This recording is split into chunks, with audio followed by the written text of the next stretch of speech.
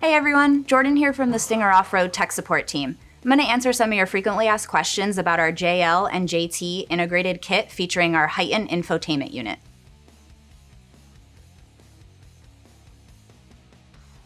Our kit is 100% plug and play. You won't have to make any modifications to your factory wiring.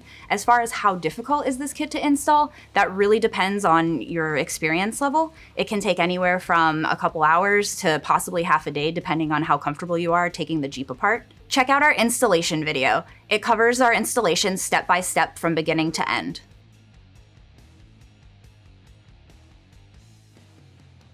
If you wish to retain your factory satellite radio, you will need to purchase the SXV300V1 satellite tuner.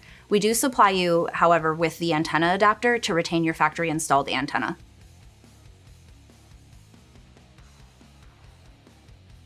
The HEIGH10 infotainment unit does not feature wireless Android Auto or CarPlay. You are going to need to plug in to the USB in your center console in order to use CarPlay or Android Auto.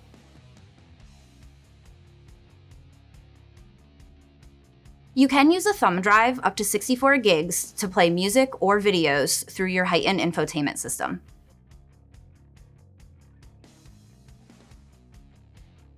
With our JL and JT integrated kit, you're going to retain the factory features from your OEM radio, such as climate controls, steering wheel controls, the volume knob on your dash, and your vehicle settings that were accessible on your OEM radio.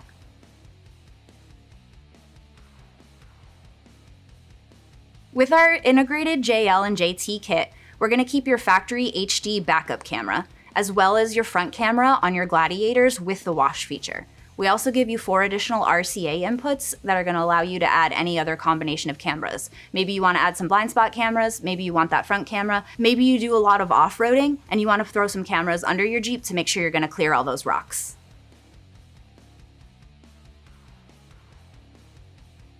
The HEIGH10 is not waterproof. You're going to want to treat it as you would any other piece of electronic equipment.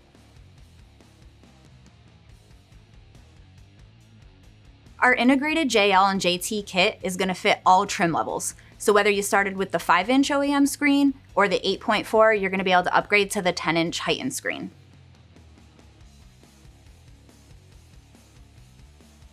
We do from time to time update the firmware on our HEIGH10 unit. You can get those free updates at stingerelectronics.com. So when you get your new HEIGH10, you're going to want to check that firmware and make sure you're up to date.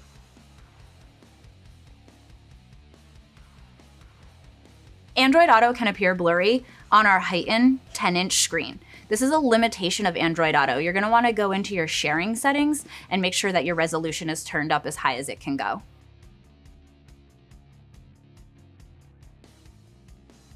Getting the HEIGH10 into your dash can be a tight squeeze. There's not much space behind that OEM radio at all. So you're going to want to make sure you follow our step-by-step instructions and place the modules and harnesses where we recommend to make the installation as smooth as possible. For extra assistance, you can check out our installation video on YouTube.